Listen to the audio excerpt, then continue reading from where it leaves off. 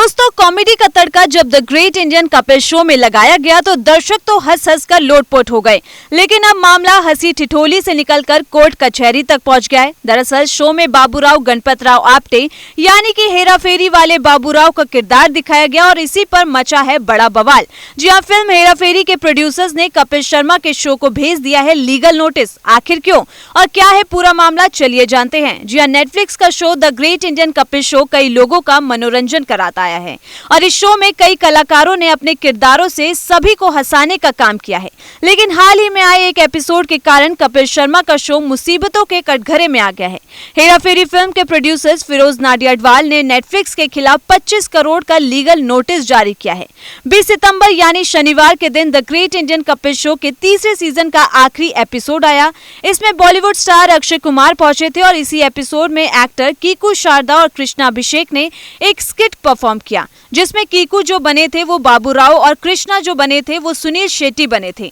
उनकी comic timing हर बार की तरह इस स्किट में भी शानदार थी, लेकिन ये स्किट शो के मेकर्स पर अब भारी पड़ गई है। मीडिया की रिपोर्ट्स के मुताबिक जो प्रोड्यूसर हैं फिरोज नाडियाडवाल ने नेटफ्लिक्स और the great Indian Kapil show के मेकर्स को 25 करोड़ रुपए का लीगल नोटिस भेजा है। उनका आरोप है कि शो में परेश रावल के मशहूर किरदार बाबूराव गणपतराव आप्टे हेराफेरी फ्रेंचाइजी के पॉपुलर किरदार का इस्तेमाल बिना अनुमति किया गया।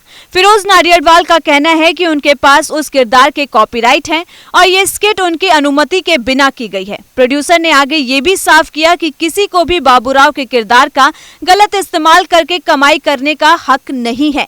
उन्होंने एक स्टेटमेंट जारी करके लिखा है, बाबूराव सिर्फ एक किरदार नहीं बल्कि फिल्म हेराफेरी की जान है।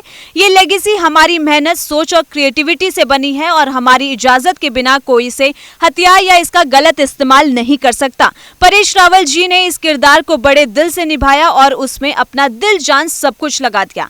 किसी को भी इसे गलत तरीके से पैसे कमाने के लिए इस्तेमाल करने का हक बिल्कुल भी नहीं है। हमने जो बनाया है उसकी रक्षा करेंगे, क्योंकि संस्कृति शोषण के लिए नहीं संरक्षण के लिए होती है।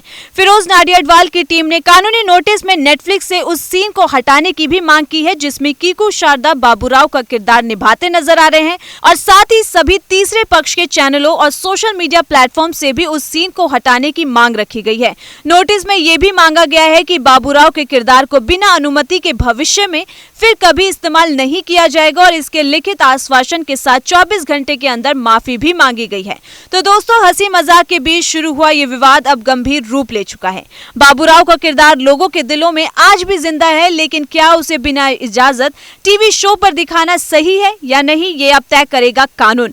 The great Indian Kapil show को नोटिस मिलने के बाद आगे क्या कदम उठाए जाएंगे, इस पर सबकी निगाहें टिकी हुई हैं। देखना होगा कि ये मामला सिर्फ नोटिस तक ही सीमित रहता है या फिर पहुंचता है कोर्टरूम ड्रामे तक।